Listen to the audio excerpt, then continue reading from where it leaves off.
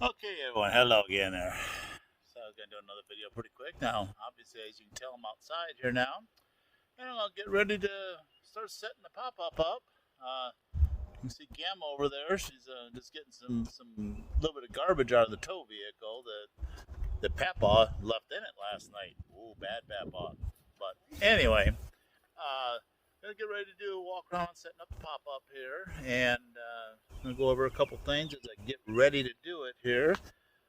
I'll switch the camera around so you're not looking at my ugly face, but you're actually looking at the pop-up here. Okay, everyone, I'm back here again. There we go, get that face on. Sorry, I forgot to record a little bit here while I was doing it, but I went ahead and started doing my dewinterization. Now, on this particular pop-up, it's a real easy one. I have no gray tanks, I have no black tanks. All I have is a drain out of my kitchen sink, a city water connection, and a freshwater connection. Freshwater connection goes into a 10-gallon tank up underneath the camper. Basically, when I winterized it last year, I blew out my city water connection, ran a little bit of antifreeze down in there, and then I poured about 2-3 gallons or so of RV antifreeze down inside of my holding tank, my freshwater holding tank, and let that sit. And I turned my water pump on, ran it all through the water pump, up through my faucet, all that kind of stuff. So basically all I had to do this year, I just turned my water pump on, let it pump out that holding tank. Now I'm filling the holding tank up here with water. Go ahead and you can see right there's my connection. Yes, I know, before anyone says, that's not a drinking water approved style hose, but it works for now because I'm like 5 feet short. I was able to get the water hose hooked up directly to the city water connection, but I was unable to get it over enough for the fresh water. So anyway, filling that up right now. And then what I'm going to do when I'm done with that, I'm going to go inside, turn my water pump back on. I'm going to turn my water pump back on, and I'm going to finish flushing out my system. Now, what you're going to see in here, if you watch some of my other videos, my couple videos from last year, what you're going to see in here is I have done some upgrades in here. Basically, this is a finalized thing on it. So let me slide this out a little bit more there. There you go, that's better. Now you can actually see me. But basically what you have here, turn your arm out because otherwise you're going to see my arm a lot. But basically what you got my faucet right there. When we first bought this camper, it had an old-fashioned style hand pump faucet where you'd get about a half a cup or so. You can see that in some of my previous videos. What I did here when I redid this, I redid all the plumbing lines, everything. I put it on here with 200 psi vinyl, reinforced vinyl tubing, so unlike a lot of other people, I don't have to worry about using a pressure regulator when I go to campgrounds. Because if they're pumping out more than 200 pounds of pressure, they got a problem anyway. But you can see here, I've got on this side over here is my city water, which I got disconnected right now. So on this side over here is going to be that's my water pump side. Now right now I got my water pump turned off because of, I didn't want to be burning it up after pumping that RV antifreeze out. So I'm going to back up here a little bit, and I'm going to show you some of the other upgrades I did last year. You can see right down here I got a switch panel with my new digital thermostat that I put in to control my furnace. Then I got a 12-volt outlet.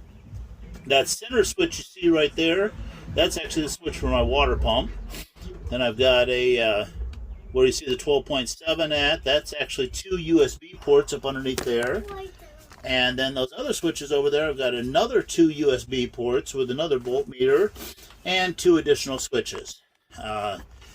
As of right now, one of those switches controls my outside parking lights, and I think this year I'm actually going to, back to me here, I believe this year I'm actually, sorry about that, actually going to wire in some LED lights up underneath, like attach them to the bumper somehow or whatever so I can get some under bunk lighting.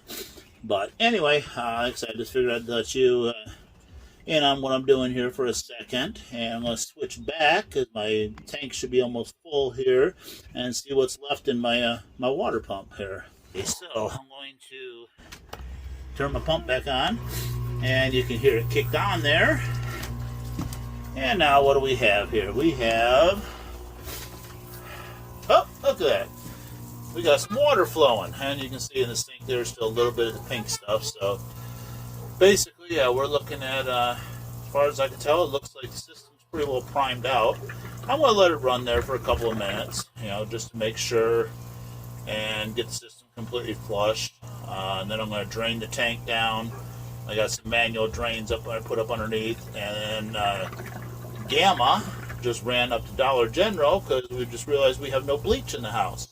So what we're going to do here, I know you don't want to look at me either, but you got to. So anyway, as I said, she just went and ran up to Dollar General because we had no bleach in the house. I've got to go off. I'm going to sanitize the fresh water tank, and the best way I've found to do that is looking at all the other systems and other people on YouTube, like It's Poppin'. They're a great channel. He does a lot of mechanical stuff, upgrades and things like that. And then there's Adventures and Pop-Ups. Nice couple there. They do a lot of campground reviews. So, you know, give both those channels a check out. But anyway, what I'm going to do is when Gamma gets back with the bleach, I'm going to put a bleach solution in the tank. I'm going to put probably about a half cup to a gallon of water and pour that in there, and then fill the rest of my tank up, which is actually about a 10-gallon tank. Now, you know, depending on what video you watch, you're going to find all kinds of different concentrations. I've heard as little as a quarter cup of bleach per gallon. I've heard as much as a cup of bleach per gallon. You know, and then, you know, you put that gallon of water in, and then you fill the rest of the tank up. So basically, yeah, I'm going to have roughly half a gallon of bleach, or half a cup of bleach mixed in with 10 gallons of water. And when I get that done, I'm going to let it sit for, I don't know what, I'm probably about to let it sit for a couple hours or so while we, you know, clean up in here and all that. And then we're going to go from there. I'll drain it back out, flush it, and get everything all set. But just a second here, you can see now we got good clean water coming through there. So that's going to tell me that the freshwater tank is pretty much completely empty now. And I don't know if you can hear in the background or not here, but I got somebody calling me Peppa. There's Jackson. He's actually our oldest grandson. He's the first grandson in the family. And he's slapping it. He doesn't want to be videoed. So I'm going to cut it short and see what he's wanting right now. We'll talk to you guys later. Bye.